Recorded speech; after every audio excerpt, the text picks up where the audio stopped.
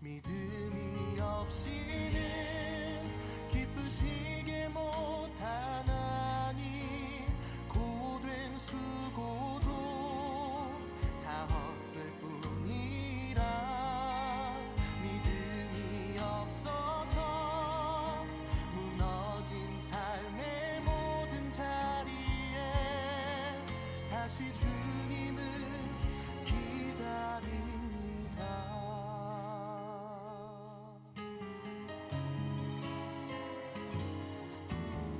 주님, 제 마음이 너무 둔해서 주님을 볼 수 없습니다. 이 땅에 속하여 이 땅만 보다가 주님 손을 놓쳤습니다. 나는 나그네로 왔는데 왜 주저앉게 되었나. 나는 정직인데 언제부터 내 삶의 주인이 되어버렸나.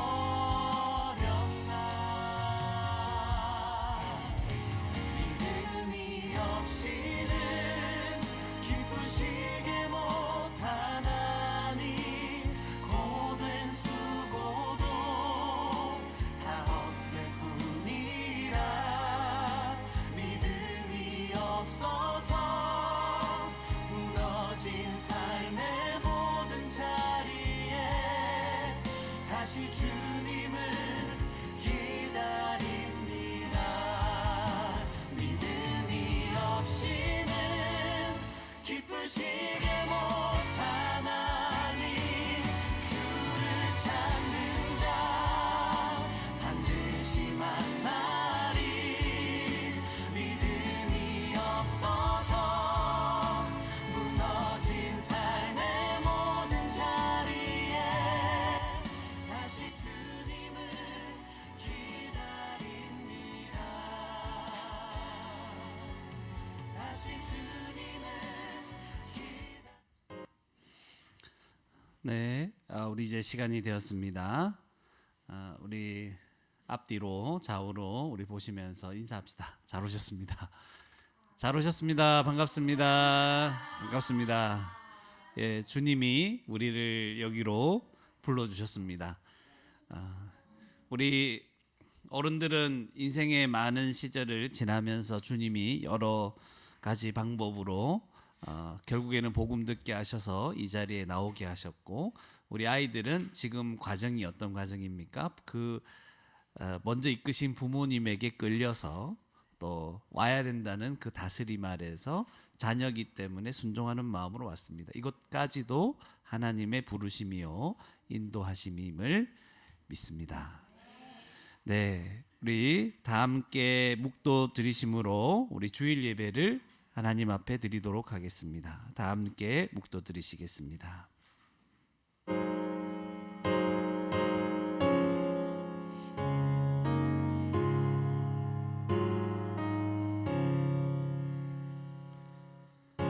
허물의 사함을 받고 자신의 죄가 가려진 자는 복이 있도다.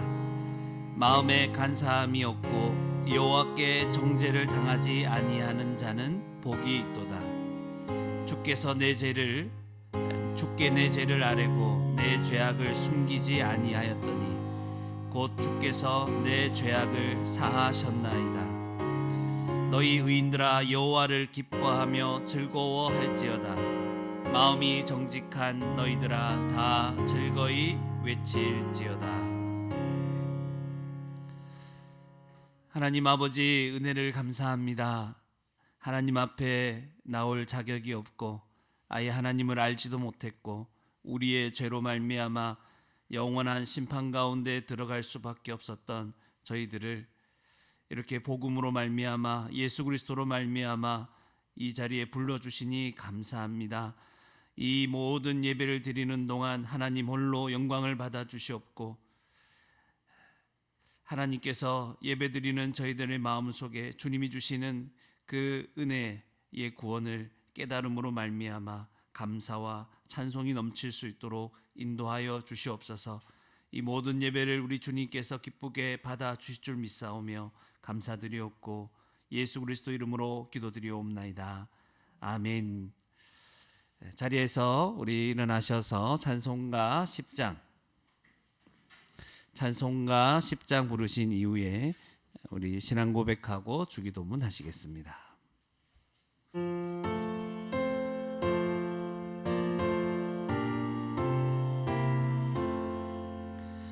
전능왕 오셔서 주 이름 찬송케 하옵소서. 영광과 권능의 성부여 오셔서 우리를 다스려 주옵소서. 강생한 성자여 오셔서 기도를 들으소서. 택하신 백성들 복 내려 주시고 거룩한 마음을 주옵소서. 위로의 주 성령 오셔서 큰 증거 주옵소서. 전능한 주시여 각 사람 마음에서 떠나지 마시고 계십소서.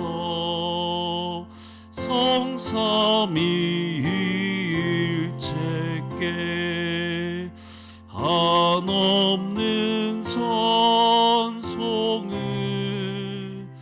드립니다. 존귀한 주님을 영광 중배옵고 영원히 모시게 하옵소서.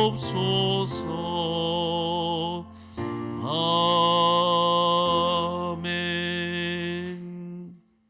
이 시간 사도신경 그리고 주기도문 하시겠습니다. 주보안 쪽을 참조해 주시기 바랍니다. 함께 신앙 고백하시겠습니다. 나는 전능하신 아버지 하나님 천지의 창조주를 믿습니다. 나는 그의 유일하신 아들 우리 주 예수 그리스도를 믿습니다. 그는 성령으로 잉태되어 동정녀 마리아에게서 나시고 본디오 빌라도에게 고난을 받아 십자가에 못 박혀 죽으시고 장사된 지 사흘 만에 죽은 자 가운데서 다시 살아나셨으며 하늘에 오르시어 전능하신 아버지 하나님 우편에 앉아 계시다가 거기로부터 살아있는 자와 죽은 자를 심판하러 오십니다. 나는 성령을 믿으며 거룩한 공교회와 성도의 교제와 죄를 용서받는 것과 몸의 부활과 영생을 믿습니다. 아멘. 하늘에 계신 우리 아버지여 이름이 거룩히 여김을 받으시오며 나라가 임하시오며 뜻이 하늘에서 이루어진 것 같이 땅에서도 이루어지이다. 오늘 우리에게 일용할 양식을 주시옵고 우리가 우리에게 죄 지은 자를 사하여 준 것 같이 우리 죄를 사하여 주시옵고 우리를 시험에 들게 하지 마시옵고 다만 악에서 구하시옵소서. 나라와 권세와 영광이 아버지께 영원히 있사옵나이다. 아멘. 자리에 앉아 주시기 바랍니다. 우리 찬송가 91장 함께 부르시고 예배를 위해서 합심해서 기도하시겠습니다.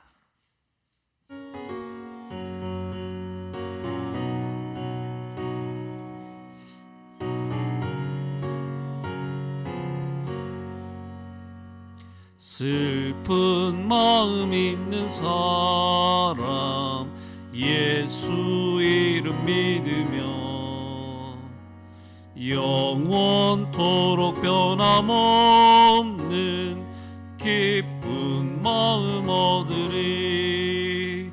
예수의 이름은 세상의 소망이요 예수의 이름은 천국의 기쁨일세. 거룩하신 주의 이름 너의 방패 삼으라. 환난 시험 당할 때에 주께 기도드려라.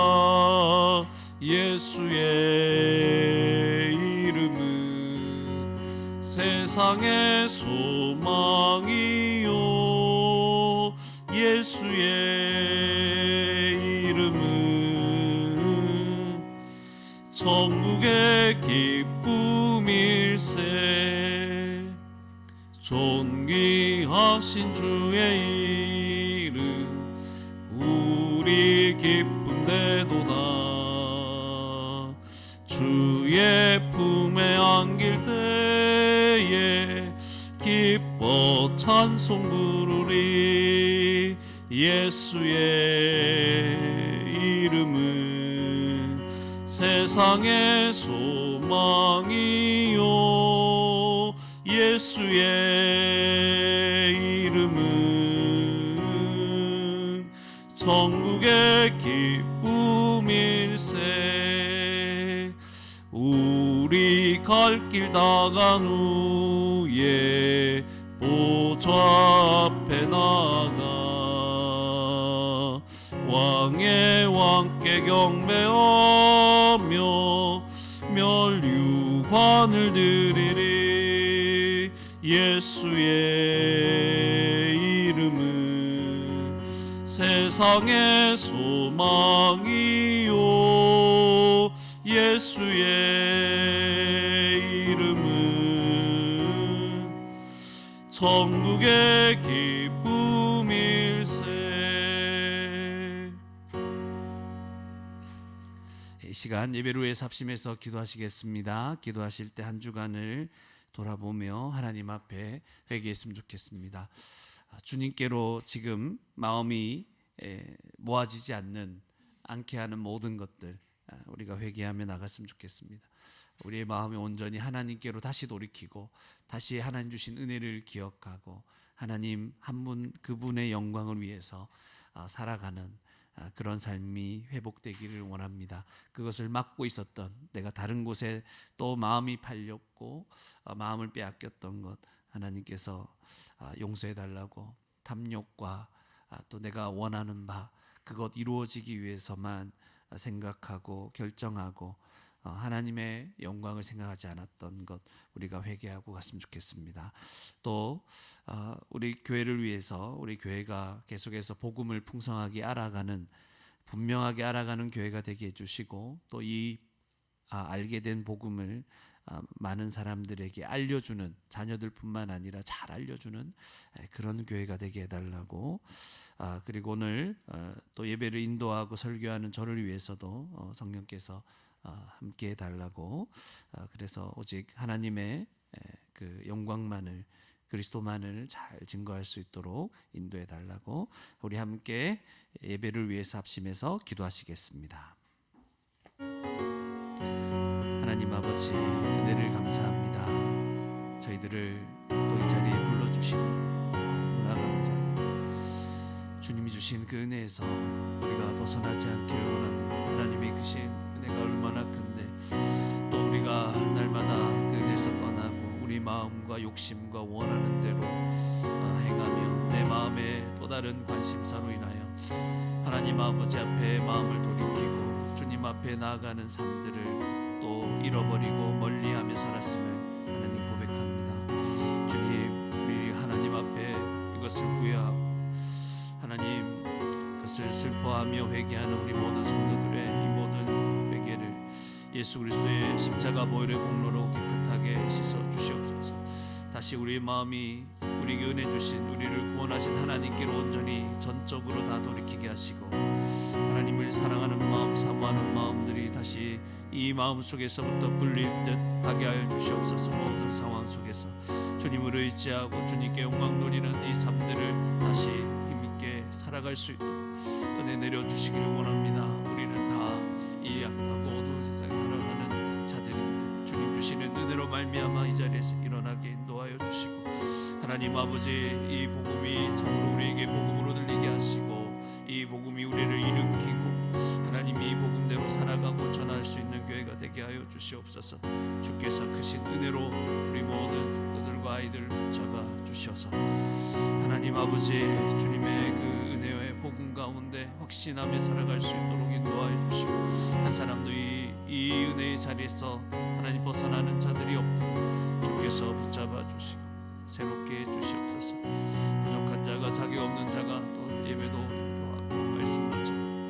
오직 주의 영광만이 드러날 수 있도록 인도하시며 오직 주께서 말씀하시고자 우리에게 말씀하시는 그것을 잘 증거할 수 있도록 해주시고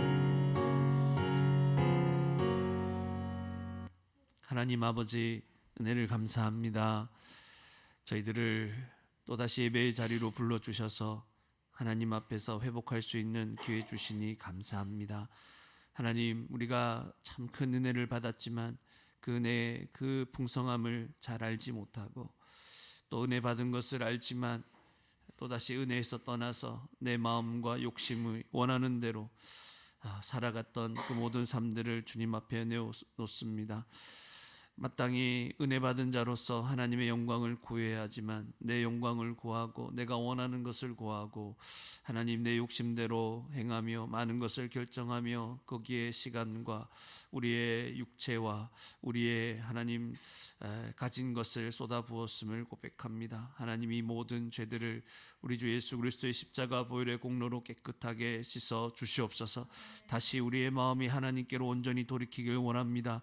우리를 구원하신 우리의 왕 되신 우리 주님께 온전히 마음이 돌이켜서 주님만 사모하고 주님의 영광만을 위해서 다시 한번 살아갈 수 있는 우리 모든 성도들과 아이들이 다 될 수 있도록 주님 축복하여 주시옵소서. 하나님, 복음을 시간이 갈수록 복음을 더 풍성하고 자세하게 알아갈 수 있도록 인도하시고 이렇게 알게 된 복음을 우리 주의 많은 자들에게 또 자녀들에게 이 복음을 알려줄 수 있는 그 일에 사용되는 우리 사랑있는 교회가 다 되게 도와주시옵소서. 하나님, 자격 없는 자가 또 예배를 인도하고 말씀을 증거하오니 주께서 이 자리에 세우셨사오니 하나님께서 주께서 붙잡아 주셔서 오직 하나님의 영광만을 드러내고 주의 복음만을 증거할 수 있도록 입술과 마음을 주장하여 주시옵소서. 이 모든 예배를 통하여 하나님 홀로 영광받아 주실 줄 믿사오며 감사드리옵고 이 모든 말씀 예수 그리스도 이름으로 기도드리옵나이다. 아멘. 하나님 말씀 보시겠습니다. 하나님 말씀은 누가복음 1장 1절에서 7절 말씀입니다.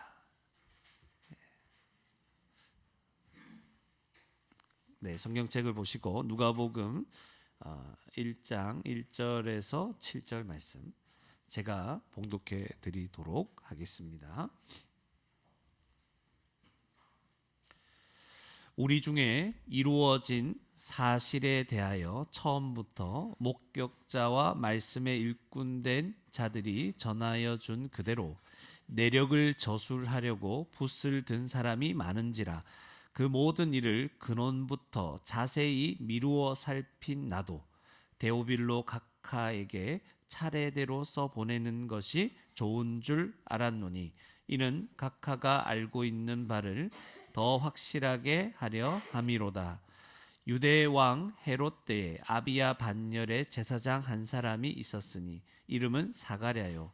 그의 아내는 아론의 자손이니 이름은 엘리사벳이라. 이 두 사람이 하나님 앞에 의인이니 주의 모든 계명과 규례대로 흠이 없이 행하더라. 엘리사벳이 잉태를 못함으로 그들에게 자식이 없고 두 사람의 나이가 많더라. 아멘. 이 시간 우리 다 함께 일어나셔서 하이델베르크 교리문답 하시고 이어서 헌금봉헌 하시겠습니다. 우리 주보 안쪽을 참조해 주시기 바랍니다. 우리 하이델베르크 교리문답 제가 질문하고 또 한 목소리로 대답하시겠습니다. 제가 질문합니다. 제45문 그리스도의 부활은 우리에게 어떤 유익을 줍니까? 첫째, 그리스도는 부활로서 죽음을 이기셨으며 죽음으로써 얻으신 의에 우리로 참여하게 하십니다. 둘째, 그의 능력으로 말미암아 우리도 이제 새로운 생명으로 다시 살아났습니다. 셋째, 그리스도의 부활은 우리의 영광스러운 부활에 대한 확실한 보증입니다. 이 시간 찬송가 50장 1절 부르시면서 헌금봉헌 하시겠습니다.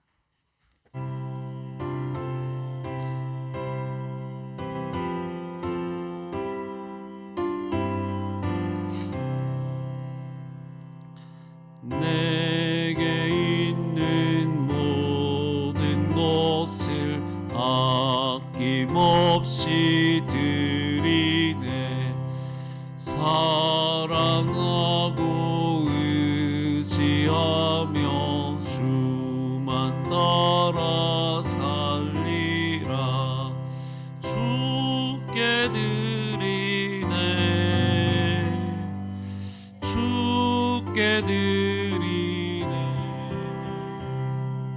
사랑하는 구주 앞에 모두 드리네.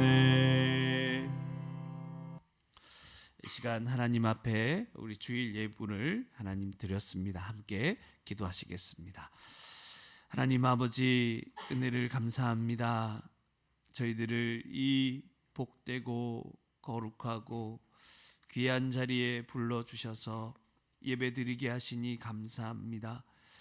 예배를 드릴 때 우리가 하나님께서 우리에게 베푸신 그 은혜를 깨닫고 그 은혜에 믿음으로 반응하며 감사하고 기쁜 마음으로 정성껏 준비한 예물을 드립니다.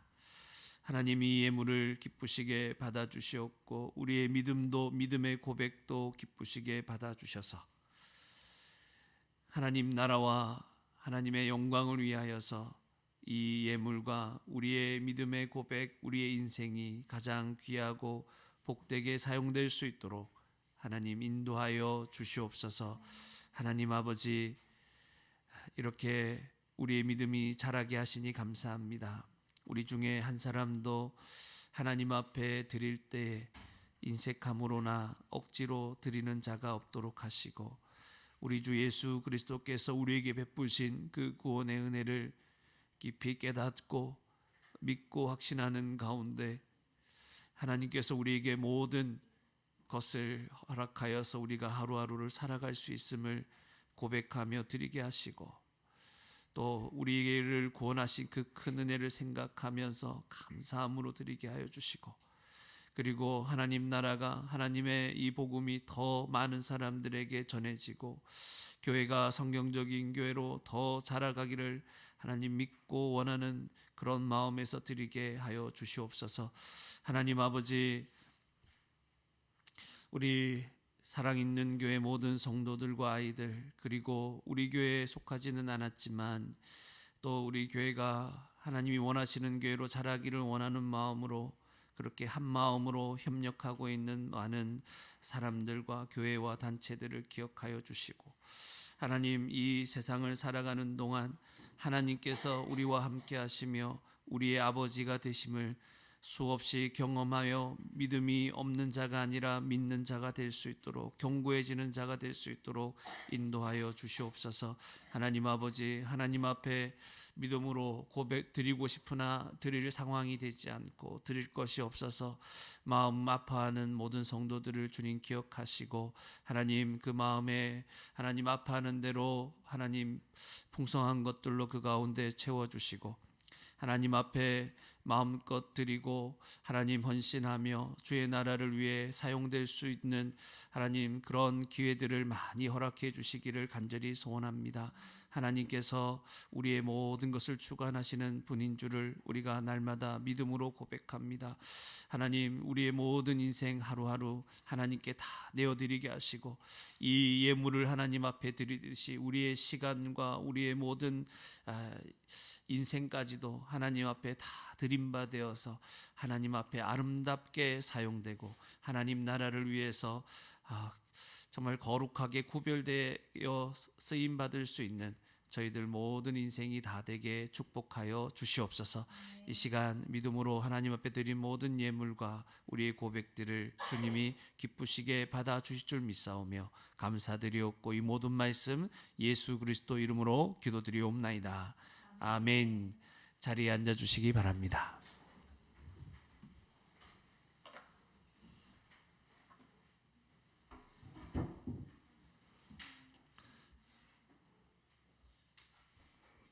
네, 오늘은 누가복음 드디어 들어갔습니다. 뭐 이러면 이제 원래 이제 환호성도 치고 박수 치고 이제 드디어 이제 누가복음이 들어갔다고 해야 되는데 누가 하지도 않네요. 누가복음 들어갔습니다, 여러분. 여러분 누가복음은 여기 보면 나중에 나오지만 데오빌로라는 사람이 나옵니다. 신앙이 좀 어린 사람이라고 할 수 있을 텐데 이 사람에게 복음을 자세하게 좀 전하여 주는 그런 내용입니다. 그러니 자세하게 기록되어 있겠죠.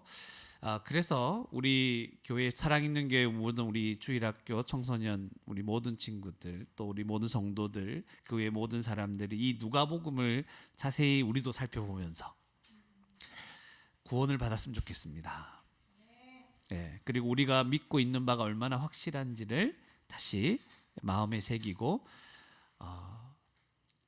의심하고 망설이고 애매하게 살아가는 자가 아니라 믿는 자가 확신을 가지고 믿는 자가 되었으면 좋겠습니다.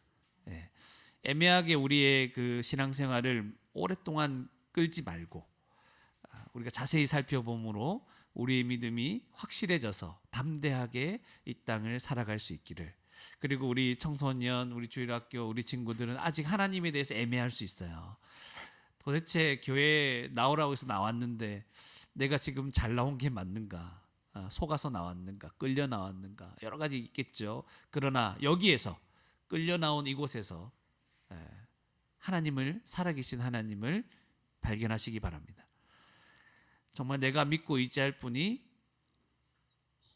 부모님이 아니고 그 부모님을 존재케 하신 하나님이고 우리를 구원하신 예수님임을 분명하게 알기를 바랍니다. 그래서 여러분의 평생에 내가 믿고 의지하고 따라갈 분이 예수님이구나, 우리 하나님이구나, 이것만 발견하면 끝. 이것만 믿을 수 있으면 더 이상 여러분에 대해서 염려하지 않을 겁니다. 지금은 많이 염려가 돼요. 잘 모르는 것 같아서. 그래서 그걸 정말 바라는 마음으로 이 누가복음을 마칠 때까지 오랜 시간이 걸리겠죠. 그러나 하나하나 살펴보는 데 의의가 있습니다. 살펴보면서 큰 은혜가 되었으면 좋겠습니다. 누가복음은 누가 기록한 책일까요? 누가가 기록했습니다. 쉽죠? 누가는 누가 기록했을까? 누가입니다.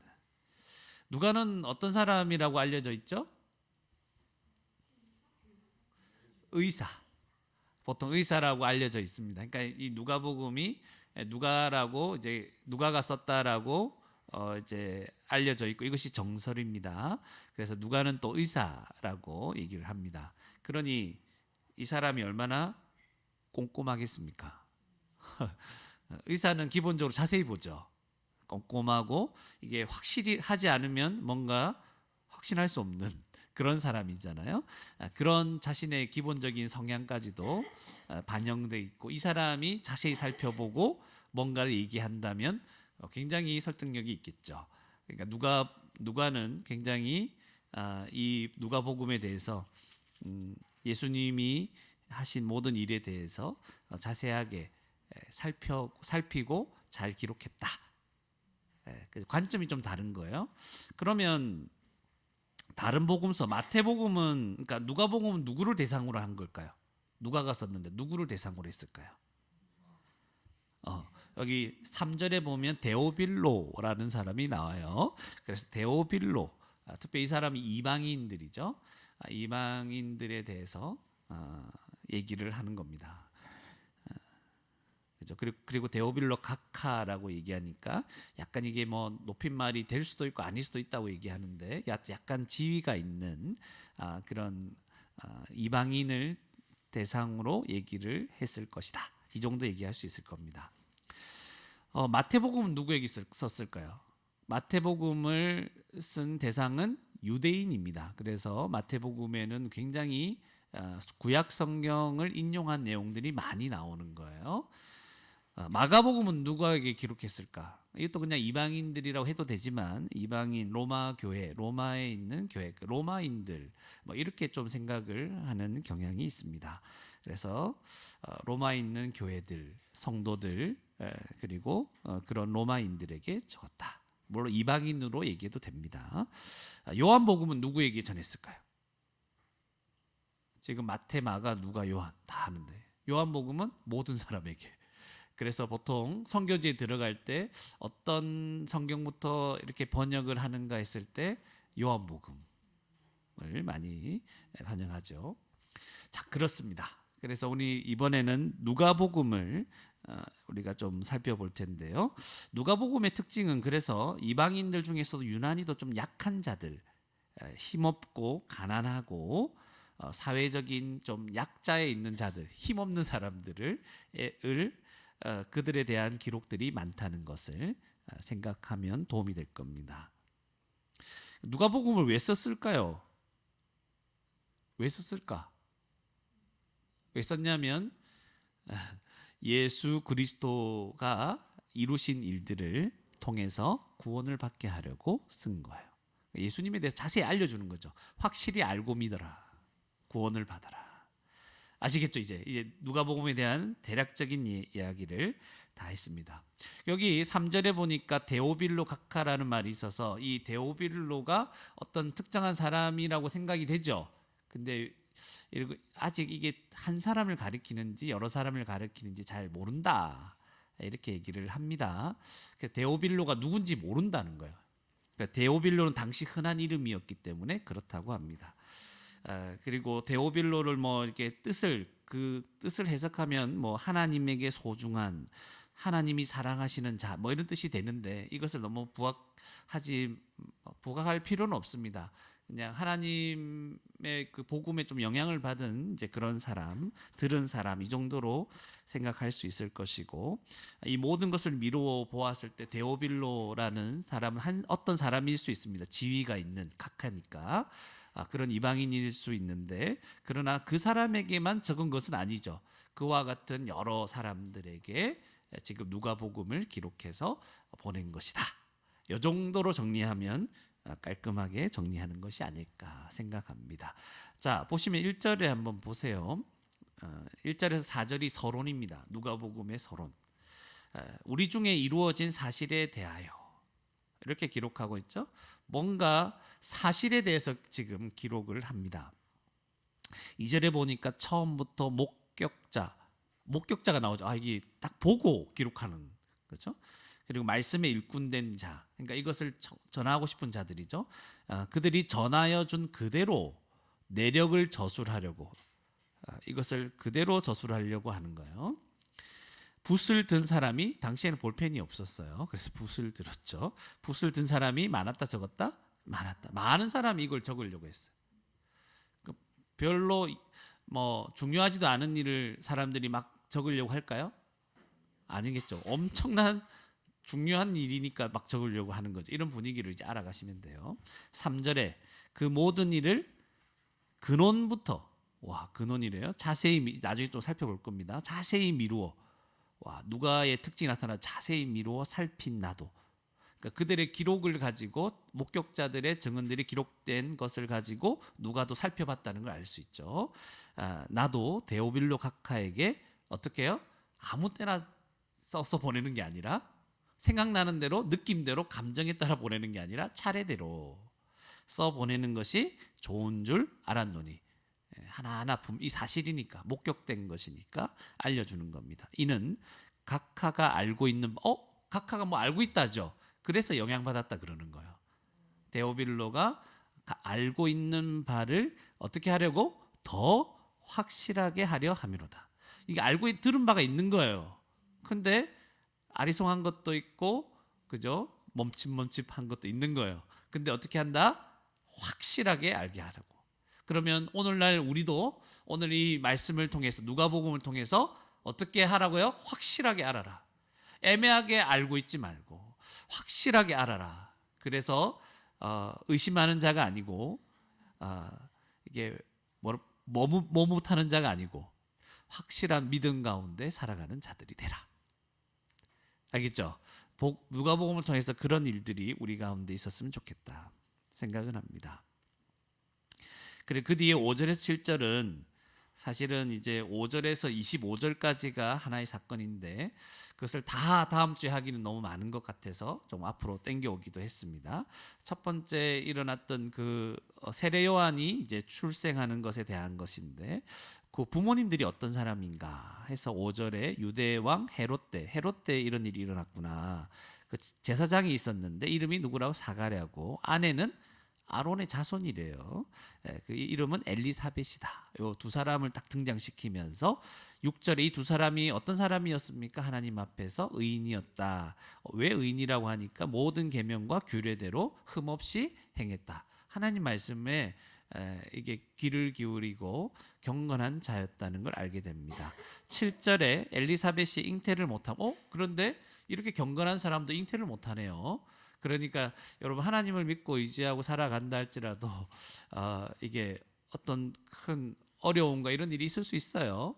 그런 거를 막 무조건 믿으면 잘 된다 이렇게 생각하면 안 돼요. 그는 잘못된 이야기죠. 엘리사벳이 잉태를 못함으로 그들에게 자식이 없어요. 두 사람이 나이가 많더라. 나이가 많은데 자식도 없어요. 그 당시 자식이 없다는 건 굉장히 수치스러운 일이었는데 굉장히 어려운 상황. 하나님을 경외하지만 굉장히 어려운 되는 일이 하나도 없는 우리말로 하면 부끄러운 그런 인생을 살아가고 있었다는 것을 알게 됩니다. 그죠? 그런데 이 두 사람이 이런 일은 다음에 하나님이 하실 일에 대한 준비이기 때문에 이 사람들이 뭐 잘못 때문에 그렇다 이런 얘기 아니에요. 그죠? 하나님의 섭리가 있다는 것을 생각을 할 수 있을 겁니다. 자, 그래서 우리는 오늘 세 가지 정도를 살펴볼 것인데 1절과 2절, 3절과 4절, 5절에서 7절 말씀을 통해서 우리 함께 말씀을 좀 생각해 보도록 합시다. 자, 1절에 보시면 1절에 뭐라고 기록되어 있습니까? 우리 중에 이루어진 사실에 대하여. 이게 도대체 무슨 말입니까? 뭐가 이루어졌다는 말이에요? 뭐가 이루어졌을까요? 지금 누가가 기록하고 있는데 지금 언제 시점입니까? 예수님의 십자가 죽음과 부활이 다 끝난 이후에 이걸 데오빌로에게 알리는 거죠. 자세히. 누가가 기록한 책이 또 있어요. 무슨 책인지 아시는 분 있어요? 사도행전이에요. 그러니까 누가가 이 누가복음을 기록하고 동시에 사도행전. 그래서 누가행전이라고도 말을 합니다. 이렇게 연결이 되는 겁니다. 그러니까 예수님의 부활에 대해서 죽음과 부활에 대해 이런 십자가 사건이라는 사실을 알게 되죠. 이루어졌다. 왜 이루어졌다고 표현합니까? 구약에서 하나님께서 구원을 약속하셨기 때문에 약속하신 것을 십자가에서 이루셨다라고 말씀하는 겁니다. 예수님의 십자가 사건 그것이 우리 중에 이루어졌다. 예수님의 이 죽음과 부활, 승천 이것으로 말미암아 하나님께서 하시고자 하는 구원 역사가 다 이루어졌다라는 걸 말하는 거예요. 그래서 우리 중에 이루어진 사실에 대하여 얘기하는 거예요. 아시겠죠? 이 전체 이야기를 말하는 겁니다. 그래서 2절에 보니까 처음부터 목격자와 말씀에 일꾼된 자들이 전하여 준 대로 목격했죠. 근데 이 누가복음은 목격한 걸 적었죠. 그래서 전하여 준 그대로 내력을 저술한다 이런 얘기를 하고 있으니까 누가복음은 이 장르가 시도 아니죠. 시로 된 형식도 아니고 편지 뭐 누군가에 보내긴 했지만 편지 형식도 아니고 여러 가지 장르가 지금 섞여져 있습니다. 하지만 기본적으로 어떤 거요? 역사를 기록하듯이 목격한 사실을 기록하는 부분이 주된 것을 이루고 있습니다. 지금 사실을 기록하고 있다. 이제 분위기를 알 수 있죠. 근데 이제 여러분 아시다시피 역사라 할지라도 역사는 무조건 사실만 기록합니까? 사실을 기록하죠. 근데 역사를 기록한 사람에 따라 설명이 다르죠. 관점이. 그러니까 어떤 관점을 가지고 뭔가를 설명하기 위해서 사실을 기록하는 게 역사다. 그러면 누가복음은 사실을 기록하지만 어떤 관점이 있는 거죠. 마태복음의 관점이 있을 거고 유대인에게 쓰는 여러 가지 관점들이 다르다는 것을 인식할 필요는 있습니다. 그래서 이 이루어진 사실, 이 하나님의 구원 역사에 대해서 지금 십자가를 목격한 자들 그리고 말씀의 일꾼들 그것을 충실하게 이것을 전하고자 하는 자들이 그들이 전하여 준 그대로 목격한 자들 증인들이죠. 내력을 저술하려고 붓을 든 사람이 많은 거죠. 여러분 이 글을 쓰고 있는 당시에도 이 사실에 대해서 알고 있는 사람이 살아 있습니까? 없었습니까? 살아 있었습니다. 많이 살아 있었거든요. 그러니까 누가가 만약 거짓된 것을 꾸며서 이 복음서를 기록했다면 성경은 이 누가복음은 남아 있지 않았을 겁니다. 왜냐하면 다들 확인이 가능한 시대였거든요. 야 누가가 막 기록하고 있어요. 근데 사람들이 야 그거 아닌데 우리도 아는데 니 왜 거짓말하냐? 그러면 이게 성경으로 남겠습니까? 안 남는다는 거야. 그런 거를 생각하셔야 돼요. 또 그래서 하나님은 이제 창세 전부터 행하신 이 구원의 역사를 사람들에게 지금 알리려고 하시죠. 계시하시는 분이죠. 많은 사람들이 붓을 들었고 이 사실에 대해서 기록할 수 있도록 하나님이 역사하고 계시는 겁니다. 그 결과 성경이 우리에게 있는 거죠. 근데 무조건 자기가 쓰고 싶다고 다 성경이 되는 건 아니에요. 성경이 그렇게 되는 건 아닙니다. 그런데 하나님의 결과 하나님의 감동하심으로 그 성경이 우리에게 들려지도록 하셔서 이 성경 말씀을 보고 어디에 이르도록 구원에 이르도록 하시는 것입니다. 만약 성경을 우리에게 주시지 않았더라면 우리는 하나님도 몰랐고 하나님께서 우리를 구원하신 일도 몰랐고 이 구원이 얼마나 확실한지도 몰랐을 겁니다. 성경이 우리의 이 신앙에 있어서 아주 근본적인 거라는 걸 알게 되죠. 여기서 떠나면 안 됩니다. 디모데후서 3장 15절 16절 우리 보면은 제가 읽어드릴게요. 성경은 이제 하나님의 감동으로 됐다는 거죠. 또 어려서부터 성경을 알았나니 성경은 능히 너로 하여금 그리스도 예수 안에 있는 믿음으로 말미암아 구원에 이르는 지혜가 있게 하느니라. 성경은 무슨 역할을 한다고요? 구원에 이르는 지혜가 있도록 합니다. 그런데 이 성경은 어떻게 기록된 것이라고요? 하나님의 감동으로. 그냥 사람이 막 자기들이 자세히 적었다고 해서 그게 성경이 되는 게 아니에요. 하나님께서 그 사람의 어떤 특성과 문체와 이런 걸 그대로 용인하면서 그들을 감동시켜서 하나님께서 적도록 하신 것들을 적게 하신 거예요. 그래서 16절에 모든 성경은 하나님의 감동으로 된 것으로 교훈과 책망과 바르게 함과 의로 교육하기에 유익하니 우리를 구원에 이르게 하고 성경은 우리를 그 구원받은 이후에 계속해서 우리를 인도하는 그 구원받은 자로서 살게 하는 역할을 하는 것입니다. 그러니까 하나님은 우리가 구원받기를 원하십니다. 그래서 성경을 주었습니다. 그러니까 이 성경의 사용 목적은 뭡니까? 구원받아라는 거죠. 구원받은 이후에는 말씀대로 하나님 뜻대로 살면서 복을 누리라는 것입니다. 쉽죠? 우리 중에 이루어진 그 일, 이 모든 하나님께서 우리를 구원하시려고 했던 모든 일, 십자가에 예수님께서 죽으시고 부활하셨던 이것을 우리에게 알리시는 거야. 분명히 알아라. 그리고 구원받아라. 예수님 믿고 구원받아라. 그러니까 이걸 분명히 알려주시지 않으면 믿기가 어렵다. 누가 같은 사람은 안 믿었을 거야. 자세히 살펴야 믿는 겁니다. 하나님 믿기를 원합니다. 하나님이 하시던 그 일, 하시려고 했던 구원의 역사, 요즘 구원 구속사 배우고 있죠.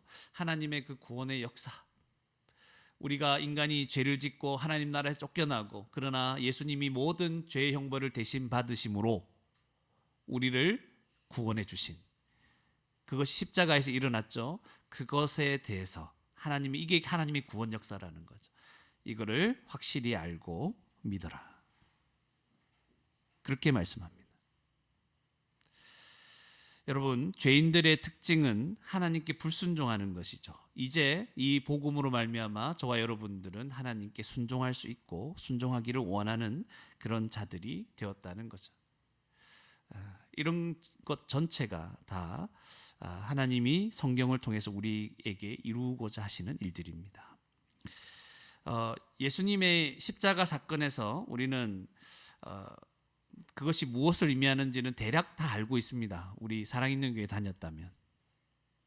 아니라 할지라도 대충은 다 알고 있습니다. 그런데 생각을 한 번 더 해봅시다. 이것을 목격한 자들, 나오죠. 2절에 목격자와 말씀에 일꾼된 자들이 어떻게 했다고요? 전하해 줬고, 또 그 전해준 거 외에 이걸 좀 내력을 저술하려고 붓을 든 사람이 정말 많았죠. 근데 한번 생각해 봅시다. 우리는 알고 있습니다. 복음을, 십자가를. 그런데 이들이 막 저술을 하려고 붓을 들고, 당시에 이 종이도 얼마나 아깝습니까? 비싸죠. 함부로 글을 적을 수 없는 시대잖아요. 양피지에다가 파피루스, 양피지 이런 데다 적어야 되니까.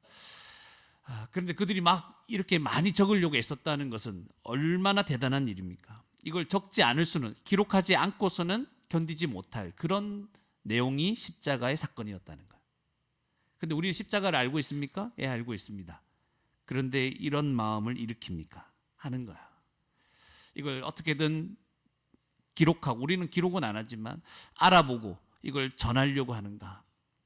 이게 우리에게 하나의 질문이 되어야 될 것입니다. 알고 있기는 하지만 나는 어느 정도 알고 있는가? 그냥 뭐 구원하셨구나, 나를 구원하셨네, 뭐 나에게 좋은 일을 하셨네, 이 정도 알고 있는 건 아닙니까? 줄거리만 알지 말고 이것에 대해서 우리가 증거하지 않을 수 없을 정도로 복음을 알아가는, 그때까지 멈추면 안 된다는 것이죠. 하나님은 이 일을 우리에게 분명하게 알리시기 원하셔서 성경을 우리 손에 쥐어준 것입니다. 그래서 이 구원에 대해서 알고자 하는 자는 반드시 알게 될 겁니다. 그리고 구원을 받게 될 것입니다. 여러분이 만약 구원을, 이 성경 말씀을 받았는데도, 배우는데도 구원을 받지 못한다면, 제대로 배웠는데도 구원받지 못한다면 알고자 하지 않았기 때문이고 믿고자 하지 않았기 때문입니다. 알고자 하는 자는 다 알고 구원을 받게 됩니다. 왜냐하면 성경 자체가 뭐라고요? 우리를 구원하시려고 주신 것이기 때문입니다. 성경은 세상의 일반적인 책이 아닙니다. 구원에 이르는 지혜가 있게 하는 그런 책입니다. 그래서 하나님께서 우리에게 어떤 약속을 하셨는지, 왜 우리를 구원하시려고 하시는지, 우리는 어떻게 해야 하나님께서 주신 구원을 받을 수 있는지 알게 하는 것입니다. 이걸 자세히 알아갑시다. 그래서 우리 사랑있는 교회에 속하고 우리에게 어떻게든 연관된 모든 사람들은 이 복음을 자세히 알고 구원을 다 받을 수 있는, 믿음으로 구원받는 은혜가 우리 주일학교 아이들부터 시작해서 저와 여러분, 그리고 우리 여러 모양으로 복음을 듣는 모든 분들에게 그런 구원의 은혜가 확실히 임하기를 바랍니다. 네. 두 번째로 이제 3절과 4절에서 한번 생각해 봐야 되는데요. 그래서 이제 하나님이 어떤 마음일까? 하나님은 우리가, 교회가 성경을 자세히 알고 믿고 구원받도록 하셨다는 사실을 또 한번 생각을 하게 해줍니다. 여러분, 그 3절에 보면 그 모든, 누가가 이제 그 모든 일을, 그 기록한 모든 일이죠. 그 모든 일을 근원부터 자세히 미루어 살핀 나도. 누가가 잘 살폈죠. 그런데 근원부터라는 말은 처음부터라는 의미가 될 수 있게 처음부터 하나하나 살핀 거죠. 그리고 처음부터 살폈다 이런 말도 되지만 굉장히 오랜 시간 동안 살폈다는 것도 우리가 생각하게 합니다. 그러니까 처음부터 살피려면 오랜 시간부터 살폈겠죠. 우리 그냥 대충 예수님이 십자가에 죽으셨구나, 내 죄를 위해 죽으셨구나, 아멘, 그렇게 해서 믿음이 생기면 감사한 거예요. 그리고 그 이후에라도 우리는 자세히 살펴야 되는 겁니다. 그래야 흔들리지 않습니다, 여러분. 이 땅을 살아갈 때 흔들리지 않습니다. 자세히 오랫동안 살피는 거예요. 내가 믿고 있는 이 복음이 얼마나 확실한지를 알아야 됩니다. 그리고 차례대로 그렇죠. 그냥 아무렇게나 하는 게 아니라 일어난 순서대로라는 의미도 있겠죠. 그리고 어떤 일의 성격에 따라서라는 의미도 됩니다. 그러니까 지금 뭔가 말하고자 하는 그 일들, 예수님이 하신 그 일들의 의미에 따라 사건이 배열되기도 합니다. 그래서 누가복음은 대체적으로 다 시간 순서대로, 일어난 순서대로 기록되었지만 그 일의 어떤 논리적인 성격에 따라 순서가 바뀌기도 합니다. 그것을 생각해 주시면 좋습니다. 근데 이걸 누가 먼저 확인했다고요? 누가가 먼저 확인했다는 거예요. 누가는 대충 저 사람이 얘기했더라 그냥 전달하는 사람이 아니고 자기가 확인했다. 누가가 먼저 확인하고 이 복음을 전하고 있는 것이죠. 자세히 미루어 살핀 나도. 이 의사, 이 깐깐한 성격, 물론 깐깐한지 모르겠지만 이 굉장히 자세하게 들여다보려고 하는 이 사람이 자기도 자세히 살펴보고 근원부터 꼼꼼하게, 그리고 확신을 하고 난 이후에 이 복음을 데오빌로에게 전하고 있다는 사실이죠. 그래서 그 사람이 알고 있는 바를 더 확실하게 전하고 있는 것입니다. 여러분, 복음은 자세히 살피고 생각하면 할수록 우리의 믿음을 분명하고 견고하게 만들어줍니다. 그런데 오늘날 복음을 너무 모릅니다. 교회는 많은데 복음을 많이 모르는 그런 분위기입니다. 복음을 더 알아가야 된다는 생각을 잘 안 합니다. 왜냐하면 다 복음 얘기하면 복음을 다 안다라고 생각을 하는데 참 안타깝습니다. 복음을 모른다는 어떤 증상들이 뭘까 한번 제가 얘기해 볼게요. 말씀에 순종하며 사는 것이 그렇게 유쾌하게 느껴지지 않는 것, 이 복음을 잘 모르는 거예요. 말씀에 순종하는 것이 부담스럽고 때로는 귀찮기도 하고 또 이거 해야 돼, 성가시게 느껴지고, 와, 이것까지 순종하란 말이야? 기쁘지가 않은 거예요.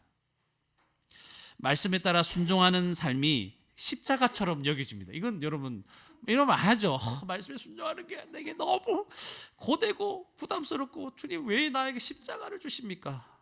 주님이 참 까무라칠 것 같아요. 십자가는 예수님이 지셨는데 우리가 말씀 순종하는 게 십자가라고 그러니 참 골치 아프겠어요. 말씀에 따라 순종하는 게 왜 십자가가 되는지. 그러니까 또 이런 생각이 있습니다. 예수님은 나를 구원하신다고 하셨는데 결국엔 나한테 무거운 짐만 맡겨놓고 가셨다, 이런 생각까지 막 하는 것 같아요. 이게 다 뭐예요? 무슨 증상이다? 복음을 잘 모르는 증상인 거예요. 복음을 모를 때 이런 반응을 하는 거예요. 우리들이 다 과거죠. 여러분, 이런 마음과 생각이 있다면 우리는 복음을 몰라도 너무 모르는 거예요. 복음은 그 뜻이 뭐예요? 기쁜 소식 아닙니까? 그 기쁜 소식을 자꾸 무거운 짐으로 얘기하니까 차라리 무거운 소식으로 바꾸죠. 그죠? 무거운 소식. 복음 하지 말고 중식. 이렇게 하면 좋을 것 같아요. 그래서 기쁜 소식이기 때문에 들을 때마다 기뻐야 되는 게 정상이죠. 생각할 때마다 좋아야 됩니다. 다시 들어도 기쁜 소식인 거예요. 복음이 그렇게 들릴 때 우리는 복음을 아는 거예요. 복음이 그 때와 환경에 따라서 어떨 때는 기쁘게 들렸다가 무겁게 들렸다가 막 지금 그죠? 요동치기도 하죠. 그만큼 우리가 복음을 아는 것이 막 흔들린다는 것이죠. 말씀을 읽고 들을 때마다 마음이 꺼려지고 부담이 되고 피하고 싶은 부분이 있습니까? 있죠, 여러분. 그런 지점이 있죠. 그 지점이 내가 복음을 모르는 지점이에요. 그 부분을 알아야 돼요. 딱 부담되죠. 말씀 들을 때 깨달을 때, 말씀 여러분 공부할 때도. 그게 모르는 거예요. 여러분이 스스로가 내가 얼마나 복음을 알고 있는가 한번 점검해 보려고 한다면 이런 걸 생각해야 돼요. 내가 말씀 읽고 설교 듣고 개인적으로 연구할 때 마음에 꺼리끼는 부분이 얼마나 되는가. 그것이 내가 복음을 얼마나 알고 있는가. 이것과 연결되어 있을 것입니다. 예수님은 우리의 짐을 무겁게 하려고 오신 것이 아니죠. 구원하시고 자유케 하려고 오셨죠. 복음이 여러분을 자유하게 하시면 좋겠습니다. 우리 청소년과 우리 주일학교 아이들 교회 오는 게 막 힘들 때가 많죠. 또 앉아 있어야 되냐.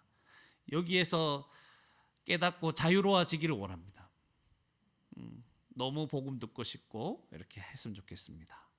자, 엎드리고 있는 사람 한 2명 되는데 일어나시고 고개를 드시고, 자, 공기가 요즘 미세먼지도 있고 안 좋죠. 그러니까 자, 얼굴을 들고 봅시다. 제가 설교를 여러분들을 무겁게 하려고 한 게 아니에요. 제가 여러분들에게 정말 자유를 주려고 설교하는데 여러분이 이상 고개가 무거워지죠. 참 어쩔 수 없는 것 같아요, 그죠? 그래서 복음을 깨닫기만 하면 말씀의 모든 것이 감사하고 기쁜 소식이라는 것을 알게 됩니다. 여러분, 우리 잠자는 이유는, 설교 듣다가 잠자는 여러 가지 이유가 있습니다. 그 산소가 부족해서 그럴 때도 있어요. 진짜로. 진짜 좁은 공간에 너무 많은 사람이 들어가면 어쩔 수 없이 졸립니다. 그걸 제가 지난주에 경험했어요. 진짜 요 정도만한 공간인데 한 60명 정도가 한 3시간 정도 앉아 있으니 이거는 그죠? 설교하는 분만 겨우 깨어 있을 수 있을 것 같아요. 내가 위로하려고 하는 말들입니다. 그런 거예요. 여러분, 내가 하나님을 생각하면서 다른 사람을 위해 희생하고 손해봐도 원래 기쁜 것이 복음을 아는 자들이에요.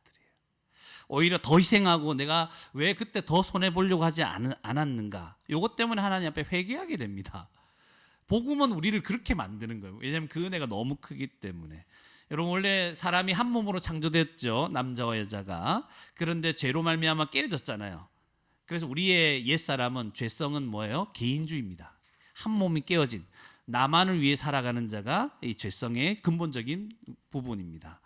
그런데 이 개인주의는 조금 더 확장된 개인주의로 생각하면, 가족 이외에는, 이외의 사람들은 나와 상관없다고 생각하고, 그들은 나와 가족에게 해를 끼칠 수도 있는 잠재적 적으로 간주하는 그런 경향까지도 죄성에 포함되는 것이죠.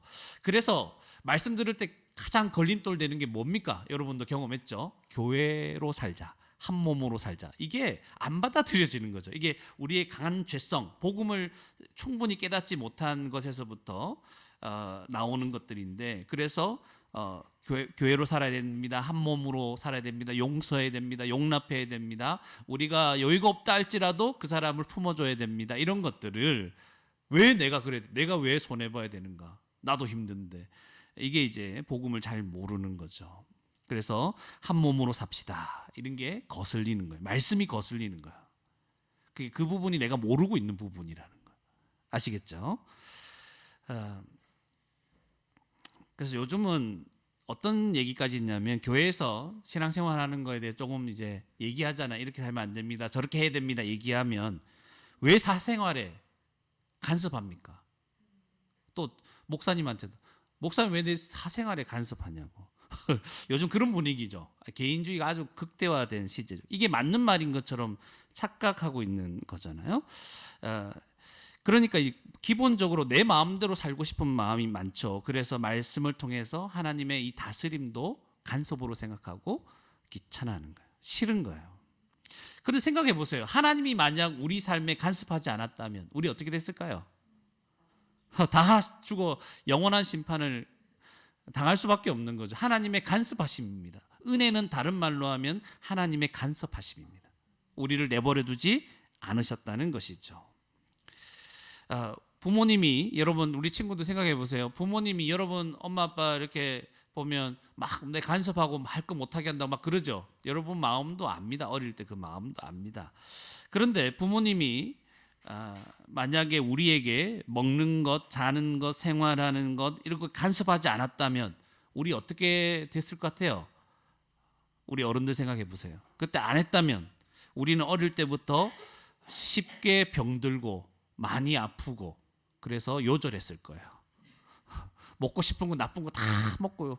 그죠? 내가 하고 싶은 거 다 하다가 어디 떨어져 죽든지 어디 물려 죽든지 조심하라고 하는데 조심 안 하고 또 차 조심 늘 하죠. 부모님들이 차 조심하라고 하는데 차 조심 안 하고 그렇게 돼서 차에 치여 죽든지 우리 요절했을 가능성이 많아요. 그래서 부모님의 간섭은 왜 있습니까? 자녀를 괴롭히려고 있는 게 아니라 어리석은 그 나이대가 있는 거예요. 이 어리석은 자녀들이 망가지지 않도록 행복하게 살 수 있도록 선하게 간섭하고 통치하는 거예요. 마찬가지로 하나님의 간섭, 통치, 또 교회를 통한 다스림. 이게 왜 사생활에 침범합니까? 이런 게 아니에요. 이게 아니고 어떻게 하는 거예요? 그의 백성들, 하나님의 백성들이 이 세상에서 복을 누리며 살 수 있도록 해주는 거예요.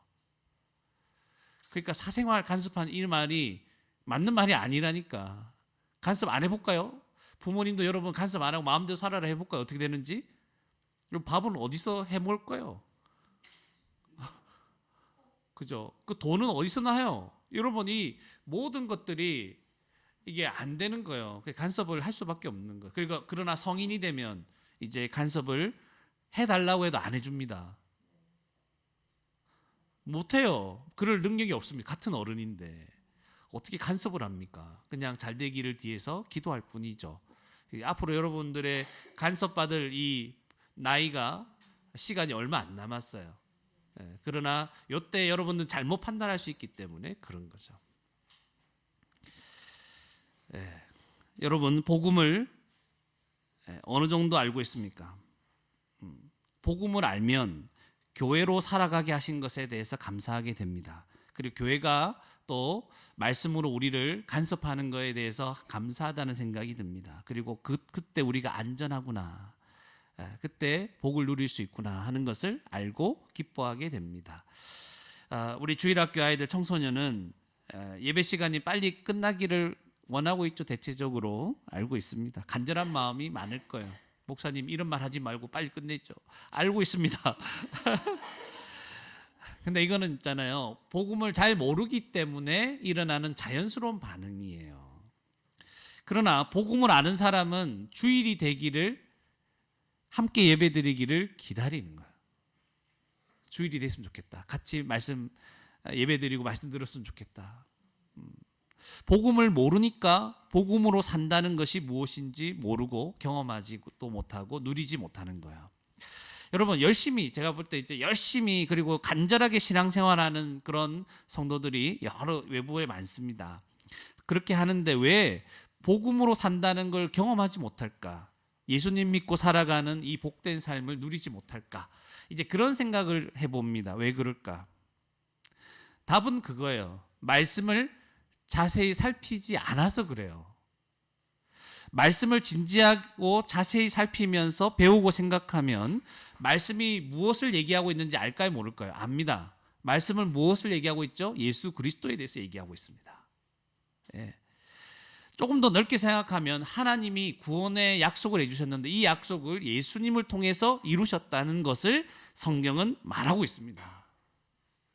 그런데 많은 경우 성경의 중심이 되고 있는 그리스도에게 집중하지를 못하죠. 그 그리스도를 주목하지 못하고 자꾸 다른 것에 주목하고 있기 때문에 복음으로 사는 기쁨을 못 누리는 거예요.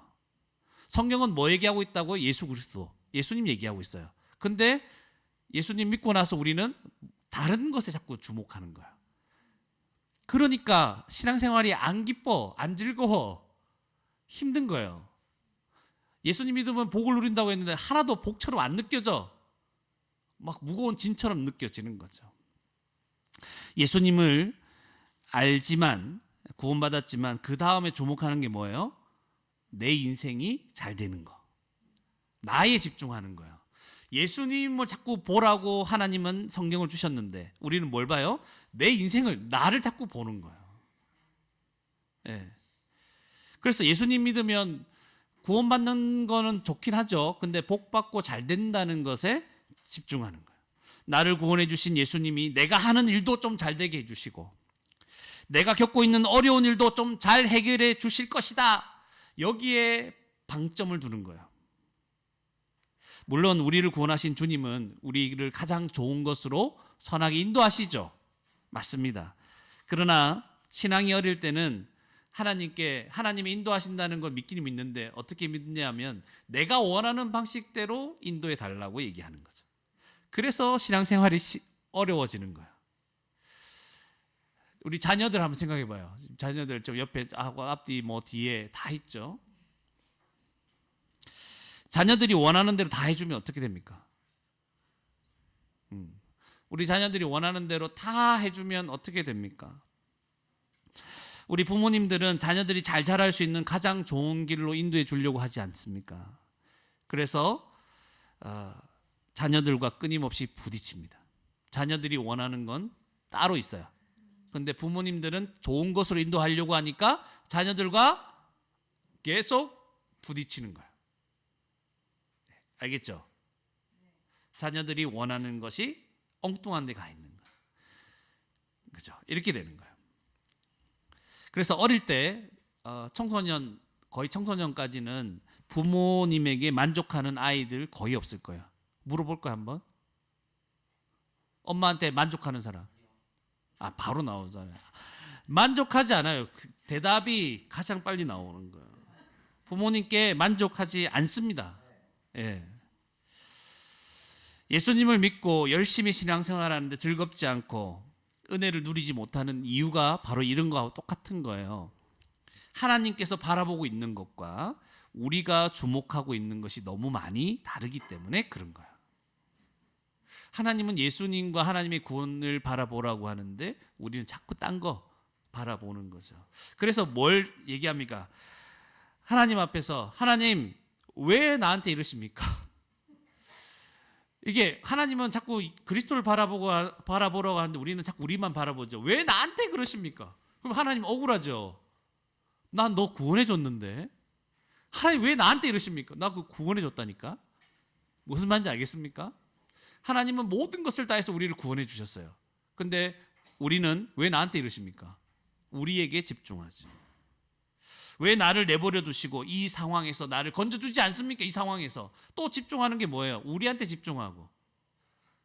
하나님은 우리를 구원해줬다고, 내가 내 아들을 다 내어주기까지 우리를 사랑하셔서 구원해줬다, 이 얘기를 하는데 우리는 뭐라고 합니까? 왜 여기에서 나 구원해주지 않습니까? 와, 이거 진짜 미칠 노릇이죠. 그죠? 우리 자녀들과 일어나는 여러 가지 갈등의 문제도 이와 비슷한 거죠. 자녀를 위해서 뭐 자꾸 얘기하는데 자녀들은 왜 내가 원하는 거 안 이루어지냐고 이렇게 얘기를 하는 겁니다. 성경은 무엇을 말한다고 했어요? 예수 그리스도를 말합니다. 하나님의 구원 약속을 십자가에서 이루셨다. 그런데 우리는 너무나 자주 뭐라고 얘기하냐면 알았습니다. 하나님 내 구원해 주신 거 알았습니다. 그런데 나는 내 인생을 어떻게 하실 겁니까?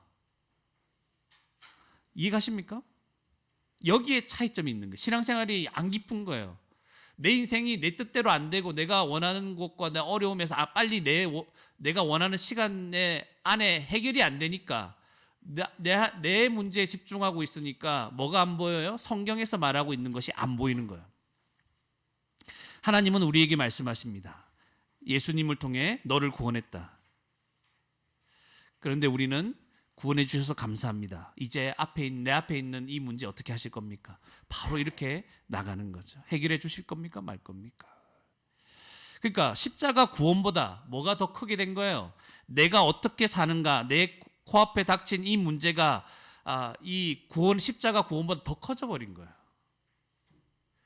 주님이 바라보라고 하는 건 바라보지 못하고 내 눈앞에 있는 거대한 이 내 인생의 문제가 너무나 커져서 십자가를 초라하게 만들고 있으니까 성경에 있는 말씀들이 부담스럽고 꺼려지고 이 말씀들이 기쁨으로 다가오지 않고 이 복음을 누릴 수 없는 신앙생활이 되어버리는 거죠. 그래서 늘 하는 말이 뭡니까? 뭐 이렇게 열심히 기도하면 하나님 들어주신다.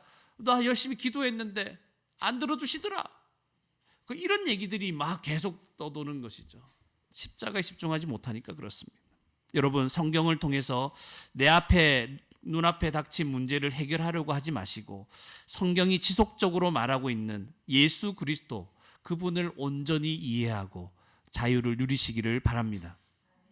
자세히 살피시기 바랍니다. 그래서 믿음 없는 자가 되지 말고 믿는 자가 되시기 바랍니다. 구원을 얻는 자가 되시기 바랍니다. 우리 주일학교 친구들과 청소년 여러분 대답을 해야죠. 여러분, 말씀을 배우고 들을 때 건성으로 듣지 마시기 바랍니다. 그리고 억지로 믿지 마십시오. 또 섣불리 내가 믿었다고 착각하지 마십시오. 우리가 듣고 있는 복음과 예수 그리스도는 게임보다 중요합니다. 반대하는 사람, 게임보다 중요합니다. 그죠? 예수님이. 예.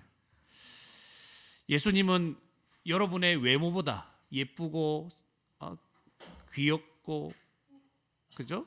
이런 것보다 더 귀합니다. 예. 아멘. 잘 안 나올 거예요, 여러분. 이게 복음을 알아야 돼요. 여러분의 절친보다 예수님이 더 중요합니다. 공부보다도 예수님이 더 중요합니다. 이건 좀 빨리 나오는 것 같은데. 저는 정말 그래요. 여러분이 공부 못해도 예수님만 믿으면 돼요. 예, 정말 그래요. 예. 그러니까 공부를 안 하기 위해서 예수님을 도구로 삼지 마시기 바랍니다. 예수님을 알아가는 것이 정말 중요합니다. 설교할 때 이렇게 전체적으로 반응하긴 처음인 것 같아요. 여러분, 우리 아이들과 어른들 모두 말씀을 살필 때 목숨을 걸고 살피시기 바랍니다. 여러분, 이 말씀이 거짓이면, 누가복음뿐만 아니라 성경 말씀이 거짓이면 이 시간에 여기 나오지 않아도 된다니까요. 이 시간에 안 와도 됩니다. 왜 아까운 시간? 그러니까 우리가 신앙생활하는 모든 것이 다 헛된 거예요. 이게 거짓이면 교회 다니는 사람이 가장 바보가 되죠. 왜 바보 같은 짓 합니까? 자세히 목숨 걸고 살피세요. 이게 진짜인지 가짜인지, 그죠? 누가와 같이 그렇게 하라는 거예요. 성경이 거짓이면, 믿을만 하지 않다면 지금까지 교회 다녔잖아요. 그렇다 할지라도 이제부터는 내가 다니지 않겠다. 이 성경이 거짓이라면 나 교회 안 다니겠다. 이런 마음으로 성경을 살피시기 바랍니다. 말씀을 살펴보다가 이게 우리가 믿는 것이 가짜인 게 확실해지면 저한테 좀 저를 설득해 주세요. 내가 먼저 교회 안 나올 거예요. 진짜로. 목사님이 먼저 교회 안 나올 거예요. 예, 좋습니다. 그런 마음으로 여러분 진지하게 살피고 질문하라니까요. 예, 그래서 교회를 통해서 배우는 이 말씀에 성경 말씀 공부에 적극적으로 참여하십시오. 설교를 듣고 진리를 알아가려는 마음으로 이 시간에 임하시기 바랍니다. 그래서 질문하세요. 모르면. 설교가 이해되지 않으면 또다시 들으십시오. 녹화되잖아요. 또다시 들으십시오. 답을 얻으면 그 답을 얻은 만큼의 확신을 가지고 믿음으로 한 걸음 나아가 살아가시기 바랍니다. 성경 공부할 때 여러분 주중에 하는 거 있잖아요. 그런 거 하시는 분들은 몰아서 보지 마십시오. 성경을 매일매일 조금씩 자세히 살피면서 묵상하십시오. 몰아서 보면 잘 안 돼요. 자세히 안 봐져요. 성경을 몰아서 갑자기 내일 나눠야 되기 때문에 오늘 막 이렇게 하면요, 잘 안 봐져요. 확신도 잘 안 생기고, 그죠? 저도 이 말씀을 월요일부터 봅니다. 때로는 주일 밤부터 다시 그 다음 주 설교할 거를 계속해서 봅니다. 그거 가지고 계속 묵상도 하고, 이걸 어떤 부분에 대해서 우리한테 말씀하실까 살피고 묵상하고 계속 얘기를 하는 거죠. 배우는 일에 열심을 내십시오. 우리 신앙생활의 핵심은 배우고 확신하는 일입니다. 디모데후서 3장 14절 너는 배우고 확신한 일에 거하라. 우리 신앙생활은 이거예요. 배우고 확신해야 돼요. 그러니까 누가복음의 이 말씀과 지금 같은 맥락에 있는 것이죠. 제가 이제 조금 뭔가를 하려고 합니다. 여러분 날마다 성경 하고 있죠. 날마다 성경에서 이제 조금 방향을 틀어서 저는 가장 좋은 걸 좀 해보려고 애를 씁니다. 또 바뀔 수도 있겠죠. 그러나 그게 중요한 게 아니라 효과적으로 뭔가 해보려고 합니다. 복음을 자세히 알려주는 그런 걸 다시 해보려고 합니다. 성경을 읽으면서 하나님이 어떤 분이신지 성경을 쭉 이제 창세기면 창세기 데오빌로 같은 사람에게 제가 성경을 좀 읽어주면서 얼굴 안 나올 거예요. 얼굴 나오면 비호감이 되기 때문에 얼굴 안 보여주고 그대로 이것도 날마다 성경을 해왔기 때문에 생각이 가능했던 것 같아요. 복음을 쭉 성경을 창세기부터 조금씩 읽어주고 건너뛸 건 건너뛰면서 복음에 대해서 그들이 안 믿어질 거잖아요. 궁금한 점이 있을 거잖아요. 편안하게 내가 새신자를 데오빌로를 맞이한 것처럼 그렇게 조금씩 5분에서 7분 사이에 해가지고 그걸 또 제작을 하려고 기도하며 준비를 하고 있습니다. 여러분 기도해 주시기 바랍니다. 그래서 여러분들은 여러 가지로 활용하십시오.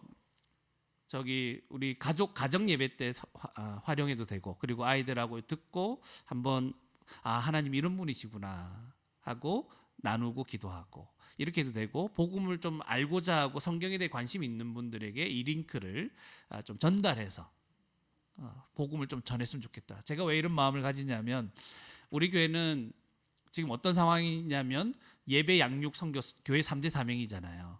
이 중에 예배는 그래도 어느 정도 세워진 것 같아요. 양육도 계속 세워지고 있죠.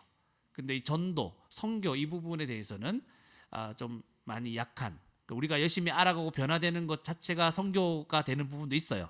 실제로 그런 일이 일어나고 그러나 본격적으로 이 복음을 계속해서 평생 전하다가 우리 인생을 마쳤으면 좋겠다. 이제 그런 생각이 있습니다. 그리고 우리 아이들이 지금 많이 자라고 있잖아요. 더 자라기 전에 성경을 직접 접하게 하고 내가 여기에 대해서 하나님에 대해서 복음에 대해서 알려주는 이 일들을 진행하려고 합니다. 그래서 믿지 않는 사람들까지도 이 링크를 좀 듣고자 하는 사람은 성경에 이렇게 기록되어 있구나. 이것이구나. 안 믿어지는 부분인데 이걸 어떻게 생각해야 되는가? 어떻게 이해해야 되는가? 이런 것들을 그냥 편안하게 한번 해보려고 합니다. 저도 생각만 하고 있습니다. 그래서 에베소서 지금 다음 주 마무리되거든요. 마무리되고 한 주간 좀 쉬고 내가 구상을 좀 해야 될 것 같아요. 연습도 좀 하고 그래서 이것이 복음 전하는 이 프로젝트가 좀 잘 전해져서 이런 프로젝트는 잘 없는 것 같아요. 어디 좀 찾아봐도. 그래서 이렇게 여러분과 함께 복음을 자세히 살피는 누가가 됐으면 좋겠어요. 누가처럼 자세히 살펴서 말씀을 확신을 가지고 살아갈 수 있는 그런 일들을 했으면 좋겠습니다. 우리 사랑 있는 교회로 우리 다 불러주셨는데 우리가 함께하는 모든 시간 동안 이렇게 복음을 전하는 일이 저와 여러분이 제가 할 수 있는 일은 제가 하고 여러분이 할 수 있는 하면서 열심히 복음 전하다가 우리 주님께 앞에 섭시다. 그게 하나님 앞에 가장 보람되고 영광스러운 일일 겁니다. 그랬으면 좋겠습니다. 마지막으로 짧게 한 가지만 더 얘기한다면 5절에서 7절 지금 세례 요한의 출생에 관한 사건부터 얘기하고 있죠. 지금 전반적으로 얘기하자면 하나님은 이 어두운 세상에서 우리에게 그 구원의 약속을 시작하셨습니다. 이루시기 시작하셨다는 거죠. 언제 어떤 시대적 배경하에 일어났냐면 5절이죠. 유대왕 헤롯 때. 유대왕 헤롯 하면 무슨 생각이 납니까? 나중에 예수님이 탄생하실 때 그 동방 박사들이 와서 막 하죠. 그러니까 헤롯이 당황했죠. 뭐 했나요? 남자 아기를 죽이려고 했어요. 남자 아기 죽였죠. 굉장히 악하죠, 그죠? 근데 생각나는 게 뭐 있어요? 출애굽기 처음에 이스라엘 백성들이 많아지니까 히브리 산파를 시켜서 남자 아이들 다 죽이죠. 그러면 그런 가운데 모세가 이제 그 어디죠? 그 그래 갈대상자, 역청, 거기에서 살아나서 이제 이스라엘을 구원하는 자가 됐잖아요. 요것과 이게 연결돼 있습니다, 여러분. 그 나중에 보면 예수님께서 애굽에 에서 나오는 그런 장면도 나오는 거예요. 자, 이게 연결되어 있다는 것도 생각하게 해주는데요. 여하튼 이런 시대적으로 좀 어두운 시대라는 걸 생각하게 해줍니다. 그런데 이 어두운 시대 때 악한 왕이 다스리고 있을 때 이 6절에 이 두 사람 사가랴와 엘리사벳은 어떤 부부였나요? 하나님 앞에 의인으로 살았죠. 어두운 세상이라고 해도 우리 같이 어두워질 필요는 없다. 그렇지 않을 수 있다. 그죠? 우리가 믿음으로 살아가면 되는 거죠. 우리가 살아가는 환경이 너무 힘들고 우리를 괴롭게 할지라도 우리는 하나님 앞에 경건하게 하나님을 경외하며 살 수 있는 거죠. 의인이니 주의 모든 계명과 규례대로 흠이 없이 행하더라. 이 사람이 완전하다는 말이 아니에요. 이 사람이 하나님을 경외하며 살았다는 의미입니다. 그죠? 그런데도 이 사람에게 뭐가 없었다? 자식 잉태를 못했다는 거. 그것도 나이가 많이 들 때까지 있었죠. 누가 기억납니까? 아브라함. 자식이 없었죠. 그런데 나이가 많은 100세가 될 때까지 없었잖아요. 또 이것과 연결되는 거죠. 하나님의 역사와 연결, 하나님의 구원의 약속과 연결해서 뭔가를 말씀해주고 있음을 예상하게 하는 겁니다. 그런데 요 사건을 단순히 하나님께서 자식이 없는 사람 다 와라, 하나님께 기도하면 주님이 애 낳게 해준다, 이런 얘기 아니죠. 자식 없던 사람이 경건하게 살면 자식을 준다는 내용이 아니에요. 이거는 두 사람이 나이가 많았다, 자식이 없었다, 아브라함 연결시켜 주듯이 하나님의 뜻이 있는 거죠. 이 두 사람에게서 뭔가 하나님이 일하시는 것입니다. 하나님은 불가능한 상황에서 하나님의 구원 역사를 어두운 상황에서 이루어 가십니다. 하나님은 이 어두운 시대에 경건한 가정을 준비시켰죠. 사가랴와 엘리사벳. 그리고 주님이 오실 길, 예수님이 오실 길을 예비하는 역할을 세례 요한이 감당하잖아요. 그죠? 그래서 예수님 탄생 이전에 지금 세례 요한의 출생부터 얘기를 하는 거예요. 자세히 근원부터 살폈다 했잖아요. 그 세례 요한이 태어나고 양육받을 수 있는 그런 가정을 하나님께서 예비하신 것입니다. 여러분, 우리가 사는 시대는 어떤 시대입니까? 하나님은 이제 우리가 사는 시대는 하나님에 대해서 관심이 자꾸 사라져가는 시대죠. 더구나 이제 냉소적으로 변하고 공격적으로 바뀌는 시대입니다. 그렇지만 하나님은 이런 어두운 세상에서 저와 여러분을 살아있는 교회를 준비하고 있다는 것을 기억하셔야 됩니다. 우리를 준비하고 있습니다. 어둡죠. 우리 주위에 둘러싼 환경이 너무 괴롭고 어둡잖아요. 이때 우리를 준비시키는 거죠. 하나님, 예수님을 바라보게 하고 복음을 깨닫게 하고 하나님을 경외하는 자로 준비시킵니다. 예수 믿고 자기 인생 잘되기만을 구하는 그런 교회 풍토 속에서 오직 성경에 집중하고 예수님을 알아가고 복음에 따라 살아가려고 하는 그런 교회를 이렇게 세우도록 하신 겁니다. 개인주의적인 그런 신앙이 아니라 개교회적인, 우리 교회만 잘 살면 된다, 이런 신앙도 아니고 그냥 교회로 살아가고 교회가 연합해서 하나님 뜻을 이루려고 하는 그런 자들로 우리를 부르신 거예요. 여기서 우리는 배우고 확신한 것을 데오빌로 같은 사람들, 전혀 예수님을 몰랐던 사람들과 그리고 알아가는 그런 사람들, 연약한 자들, 그리고 우리 자녀들에게 전하는 사명을 감당하며 살아가야 될 것입니다. 어두운 시대입니다. 어느 하나 우리에게 뭔가 이렇게 좋은 환경이 없어요. 그죠? 헤롯과 같이 막 아이들 잡아 죽이려는 사람들로 가득한 세상이죠. 우리가 살아가는 환경이. 그렇지만 우리는 하나님의 뜻을 늘 바라보고, 환경은 안 바뀌는 것 같아요. 아이들 죽이는 그런 일들은 일어났잖아요. 모든 게 다 망하는 것처럼 보이고 내 인생이 안 되는 것처럼 보여도 하나님은 우리를 경건한 자로 부르시고 복음을 듣게 하시고 믿게 하신다는 거예요. 사람들의 마음, 우리의 주위에 복음을 전하고 싶은 사람들 있죠. 그 사람들의 마음이 아무리 완악하다 할지라도 복음을 제대로 듣기만 하면, 자세히 살펴보기만 하면, 구원을 받을 수 있는 은혜가 임할 것입니다. 각 가정에 임할 것이고 각 사람에게 그 은혜가 임할 것입니다. 그 사명을 우리에게 지금 맡기시는 거예요. 사가랴 엘리사벳 가정이 준비되고 있어요. 그 속에서 경건한 가정에서 그 아내가 아론의 자손이잖아요. 그러니까 대제사장 그 자손 그 분위기 속에서 지금 세례요한이 자라나고 그가 자라나면서 예수 그리스도를 예비하는 오실 길을 예비하는 그 사명을 그리고 많은 사람을 회개케 하잖아요. 그가 얼마나 깨어 있었는가를 알게 되는 거죠. 하나님이 준비시켜 주는 거죠. 그런 면에서 우리를 하나님이 지금 준비시키고 있는 거예요. 왜 전부 다 자기 인생 하나만 붙잡고 기도하고 내 인생 잘 되기를 원한다 이런 소망을 가지고 그런 말씀을 듣고 막 아멘하며 살아가는 사람들로 많은 이런 시대 속에서 왜 이 사랑 있는 교회에 왔는데 사랑 있는 교회는 사랑 있는다고 이름은 사랑 있는 것처럼 보이지만 우리의 상황을 전혀 배려해 주지 않는 것 같고 오직 예수님에게 집중하라고 그렇게 얘기하고 복음으로 믿음으로 참고 견뎌야 되고 하나님의 섭리가 있다 이렇게만 얘기를 하는데 이런 교회에 우리를 부르셔서 오직 하나님만 바라보게 하신 이유가 뭘까?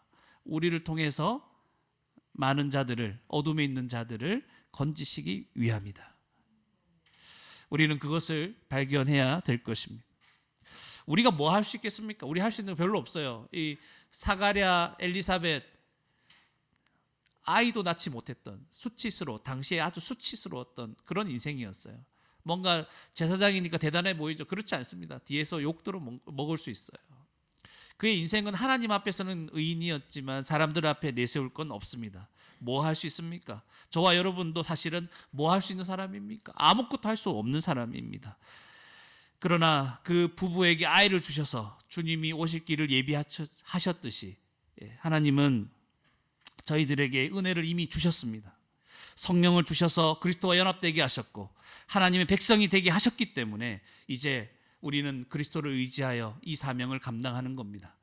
우리 주위에 있는 어둠에 있는 자들 그들에게도 주님 오실 길을 예비해 주는 거예요. 전혀 믿지 않을 것 같은 사람들, 그 사람들이 복음 때문에 예수님 믿도록 하는 그 일을 위해서 우리를 이렇게 눈물 흘리면서 이 자리에 오게 하신 거예요. 여러분, 이제 우리는 어둠에 갇혀 지내지 맙시다. 우리는 어둠에 갇혀 있는 자들을 거기서 구원해 낼 수 있는 복음을 전하는 자들이잖아요. 근데 우리가 이미 복음 듣고 믿었는데 우리 자신의 문제로 우리 인생의 문제로 어둡고 우울하게 되면 여기 갇혀 있으면 날마다 분노하거나 탐욕적이거나 죄악에 빠져 있으면 누구에게 이 복음을 전합니까? 그렇게 예수님만 바라보라는 거죠. 아까도 얘기했죠. 우리 자꾸 우리 인생 바라보면 우울해집니다. 주님을 바라보십시오. 하나님께서 이루신 구원, 예수 그리스도, 하나님은 계속 그걸 바라보라고 하시잖아요. 이걸 바라보고 여기서 다 일어나야 돼요. 다 건져져야 돼요. 내 인생 문제를 더 이상 생각하지 않아요. 이건 주님이 다 보장해 주셨고 하나님 나라에 들어가게 하셨으니까. 그러니까 이 예수 그리스도를 바라보고 어둠 가운데 있는 자들을 일으키는 거죠. 우리는 자격이 없지만, 그럴 능력도 없지만 주님이 우리에게 능력 주셨기에 우리가 그들에게 작은 말로라도 복음을 전하는 거예요. 예수님 믿어야 살아납니다. 자세히 살펴봅시다. 그죠? 그 일을 주님 앞에서 잘 감당하며 살아가는 저와 여러분이 되기를 주님의 이름으로 축원합니다. 우리 함께 말씀을 생각하시면서 기도했으면 좋겠습니다. 기도하실 때 하나님 우리를 구원하시려고 주신 이 성경 말씀을 진지하게 그리고 자세히 살피고 배울 수 있도록 인도해 달라고 그런 마음을 가지기를 원합니다. 그래서 믿음 없는 자가 되지 않게 하시고 믿고 구원받으며 확신하는 자가 다 될 수 있도록 우리 사랑 있는 교회에 불러주신 모든 사람들 또 사랑 있는 교회를 통해서 복음을 듣는 모든 사람들이 다 믿고 구원받았으면 좋겠어요. 자세히 진지하게 살폈으면 좋겠어요. 그리고 기도하실 때 하나님 이 어두운 시대에 복음을 듣고 우리가 먼저 믿게 하셔서 감사합니다. 우리는 이제부터 어두움의 일에 갇혀 살지 말게 하시고 데오빌로와 같은 자들에게 복음을 전하는 그런 사랑 있는 교회가 되게 해 주십시오. 우리 이것을 가지고 우리 다 함께 말씀을 생각하시면서 기도하시겠습니다. 하나님 아버지, 은혜를 감사합니다. 우리를 또다시 말씀 가운데로 불러주시고 인도하시니 감사합니다.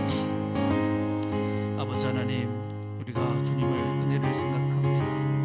하나님, 우리가 이 어두운 시대 가운데 부르심을 받아 우리가 먼저 하나님 복음을 살펴보는 가운데 예수님을 믿게 하신 것 감사합니다. 하나님, 여기에서 우리 믿음이 머뭇머뭇하지 않도록 인도하시고 갈팡질팡하지 않게 하시고 주의 주신 이 말씀을 자세히 살펴보고 확신하며 살아갈 수 있도록 인도하시고 하나님, 이 복음을 믿지 않는 자들에게 이 어두운 시대 가운데 하나님 전하며 살아가서 우리가 먼저 이 어둠에 갇혀 있지 않게 하시고 확신하며 이 모든 삶에서 하나님 벗어나게 해주시옵소서. 자기 연민과 하나님 자기 사랑에 빠지지 않게 하시고 주를 사랑하는 마음, 그리스도를 바라보고 일어나서 복음을 전하는 일에 평생 있으다가 우리 주님을 기쁘게 맞이할 수 있는 저희들 다 되게 축복하여 주시옵소서. 하나님 아버지 감사합니다.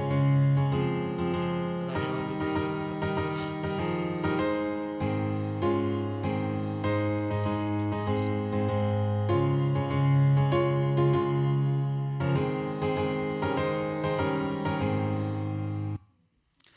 하나님 아버지, 은혜를 감사합니다. 이 어두운 세상 가운데 많은 사람들이 강팍하여져서 하나님을 거부하고 하나님께 냉소적으로 대하고 공격하는 이런 시대, 저희들에게 복음을 들려주셔서 예수님을 믿고 구원받게 하시니 감사합니다.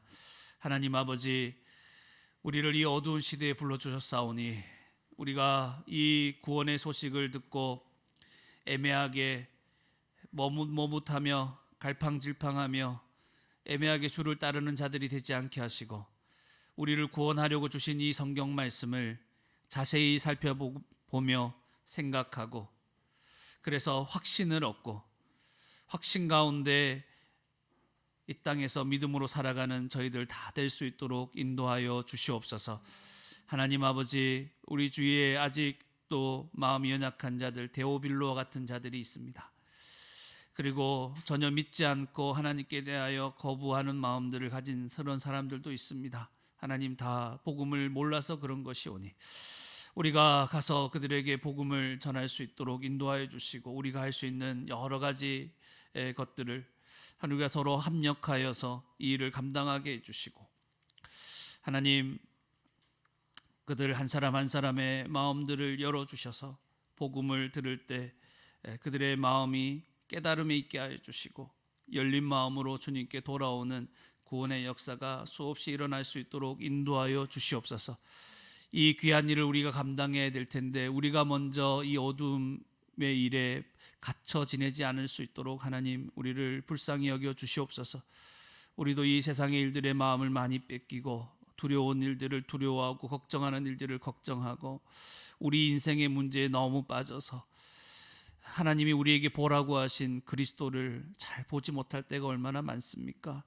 하나님, 그리스도를 보며 그리스도께서 우리에게 이루신 이 구원의 영광을 보며 우리의 여러 가지 어두움의 일들, 이 세상의 일들에서 완전히 벗어나는 은혜를 허락하여 주시옵소서. 그래서 우리 주위에 있는 아직 사망 가운데 거하는 그런 사람들이 주님께 돌아올 수 있게 하는 그 일에 귀하게 쓰임받는 우리 모두가 될 수 있도록 축복하여 주시옵소서. 감사드리옵고 이 모든 말씀 예수 그리스도 이름으로 기도드리옵나이다. 아멘. 교회 앞에 광고 말씀 드리겠습니다. 온라인 전도 집회가 있네요. 여러분 기도하시면서 누구에게 복음을 전할까 이렇게 기도하면서 준비했으면 좋겠습니다. 또 이제 생각하시면서 그런 거 있잖아요. 우리가 링크를 보내면 반드시 들을까? 이제 그거죠. 링크 보내면 복음을 전했다 이게 아닌 거죠. 사실은 기도하고 어떻게든 관심을 가지고 듣도록 얘기도 하고 이렇게 이런 노력이 또는 같이 듣거나 이런 노력이 동반되어야 한다는 것을 여러분 잊지 마시고 그냥 링크 쫙 뿌리는 것으로 이제 전도 많이 했다 이렇게 하지 마시기 바랍니다. 그러니까 속지 마세요. 예, 그런 것에 많은 사람들이 복음을 듣지 못하는 수도 있다는 거 이야기하고 관심 가지고 기도하고 같이 했으면 좋겠습니다. 저는 이제 목요일과 금요일 전국 간사 수련회가 있는데 저는 이걸 이제 총 인도하고 섬겨야 되는 게 있어서 그 전날 수요일 새벽에 또 천안에 가서 수련회 1년에 한 번 하는 수련회인데 요것도 다녀오겠습니다. 잘 다녀오고 또 여러분 그 말씀 운동 이 모임을 통해서 여러분 여러 교회들이 도움을 많이 받습니다. 이 더 소망 온라인 전도 집회도 마찬가지. 전도 집회 혼자 할 수 없는 교회들이 이걸 통해서 전도 집회를 하게 되고 그리고 목회를 어떻게 해야 될지 설교를 어떻게 해야 될지 성도를 어떻게 돌봐야 되고 양육해야 될지도 다 배우는 거예요. 그러니까 누가 이거 헌신하지 않으면 모든 교회들이 같이 망하는 거예요. 같이 약해지고 같이 망하는 거죠. 그러니까 이런 일들이 외부 일들이 중요하고 원래 이런 외부 일들에 사실 여러분들이 가서 섬겨야 돼요. 제가 대표로 가는 거예요. 그런 마음을 가지셔야 돼요. 그러니까 목사의 움직임은 그냥 개인적인 어디 놀러 가는 거 빼고 개인적인 움직임이 없어요. 교회적인 움직임이라는 거죠. 이게 가서 우리가 할 수 있는 만큼 하고 섬길 수 있는 거 섬기고 그렇게 한다는 거 명심하시기 바랍니다. 그러니까 내 일이 아니구나 목사님도 어디 가시구나 이렇게 생각하지 마십시오. 모든 일들은 다 교회 일들이에요. 그리고 아까도 설교 중에 말씀드렸는데 날마다 성경에서 이제 복음을 전하는 이 이름을 뭐로 정할까 지금 굉장히 고민이 됩니다. 이름을 못 정했어요. 날마다 성경은 5분 만에 정했거든요. 일단 시작해보자 해가지고 그냥 날마다 해야 되니까 날마다 성경이다 이렇게 했었는데 이름을 여러분 혹시 또 좋은 아이디어 있으면 얘기해 주세요. 그래서 어떤 걸 성경을 읽어주면서 하나님을 알게 하고 복음을 전하는 거거든요. 너무 길잖아요. 이렇게 하면 안 되잖아요. 그러니까 아주 좀 좋은 제목이 있으면 말씀해 주시고 그래서 리딩 성경 공부 약간 아이디어가 나타나는 거. 리딩 성경 공부 영어도 들어가네요. 리딩 성경 공부 그런 그런 것도 있어요. 그 리딩 지저스 이런 것도 있어요. 그런 것도 있는데 좋죠. 근데 그건 원래 있는 거라서 성경 통독이라고 해가지고 성경을 통독 프로그램인데 리딩 지저스. 갑자기 리딩 좋습니다. 리스닝 할까? 리스닝 지저스. 좋습니다. 그래서 기도해 주시고 요걸 이제 가정 예배 제가 이거를 매일마다 만들 수 있을지는 모르겠어요. 복음을 전하는 거 해봐야 돼요. 해보고 매일 할 수 있으면 제가 매일 할게요. 그래서 여러분들도 가정에서 요거 나올 때마다 또 애들하고 5분만 있으면 같이 큰 화면에 보든지 해서 작은 화면도 괜찮지만 예배 드리고 그냥 들으면 되니까 보면서 들으면 돼요. 하나님은 이런 분이시다.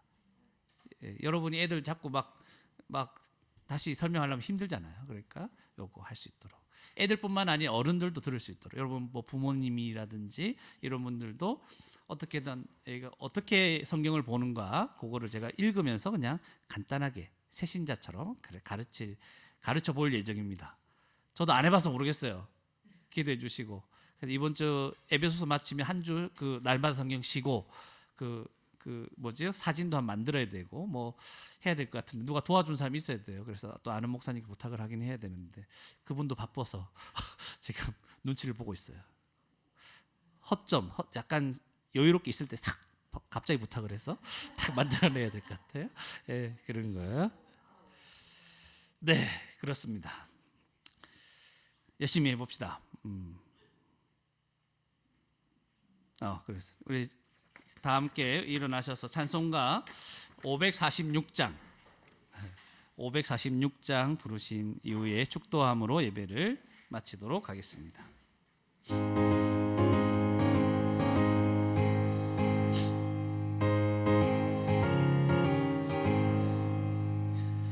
주님 약속하신 말씀이 영원토록 주를 찬송하리라. 소리 높여 힘써 싸워 이기 약속 믿고 굳게 서리라. 굳게 서리.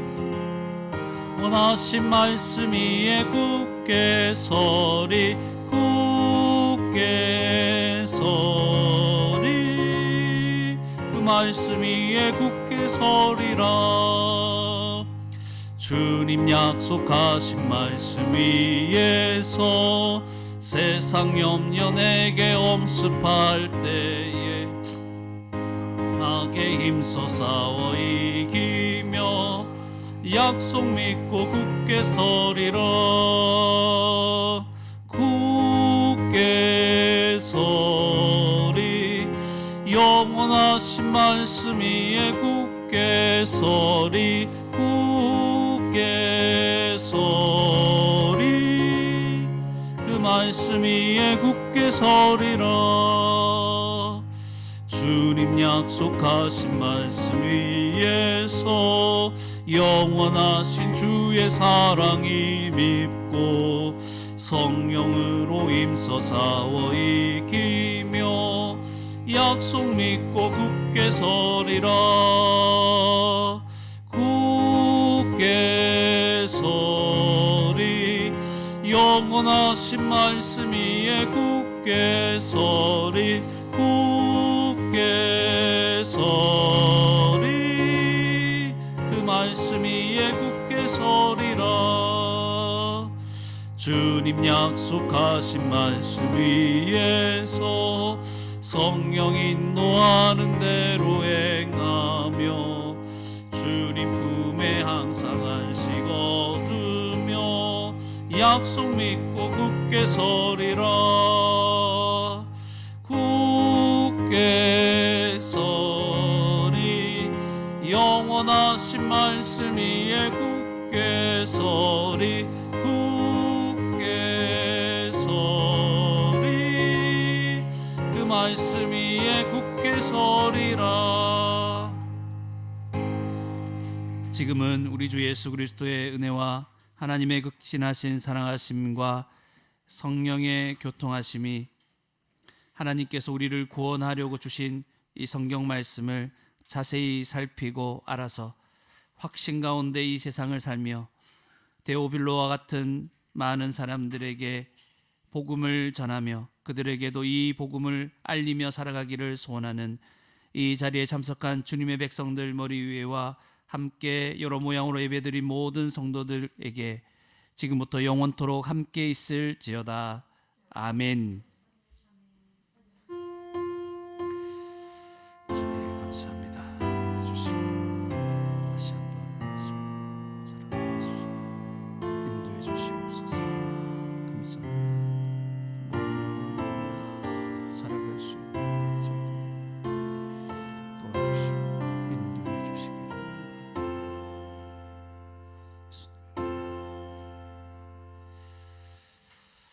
네, 예배를 모두 마쳤습니다. 자, 식사 또 같이 하시고 좋은 시간 또 온라인으로 나중에 또 들으시는 모든 분들에게도 주님의 은혜가 있기를 바랍니다. 다음 주에 뵙겠습니다.